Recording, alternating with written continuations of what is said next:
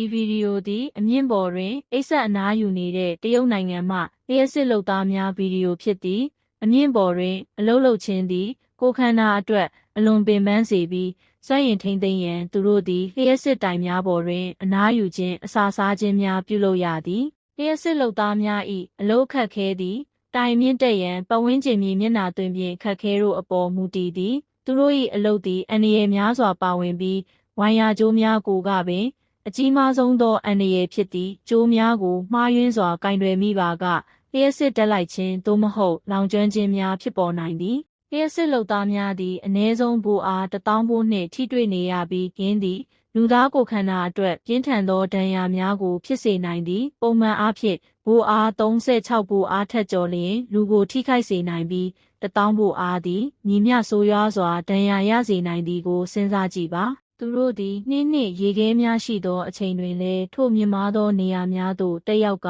ပြုပြင်ထိန်းသိမ်းရေးအလုပ်များပြုလုပ်ရသည်ထို့သောသောအခက်အခဲများစွာရှိနေသောလဲလျှပ်စစ်လုပ်သားများသည်ဤအလုပ်ကိုဆက်လက်ရွေးချယ်၍ဆက်လက်လုပ်ကိုင်နေကြပါသည်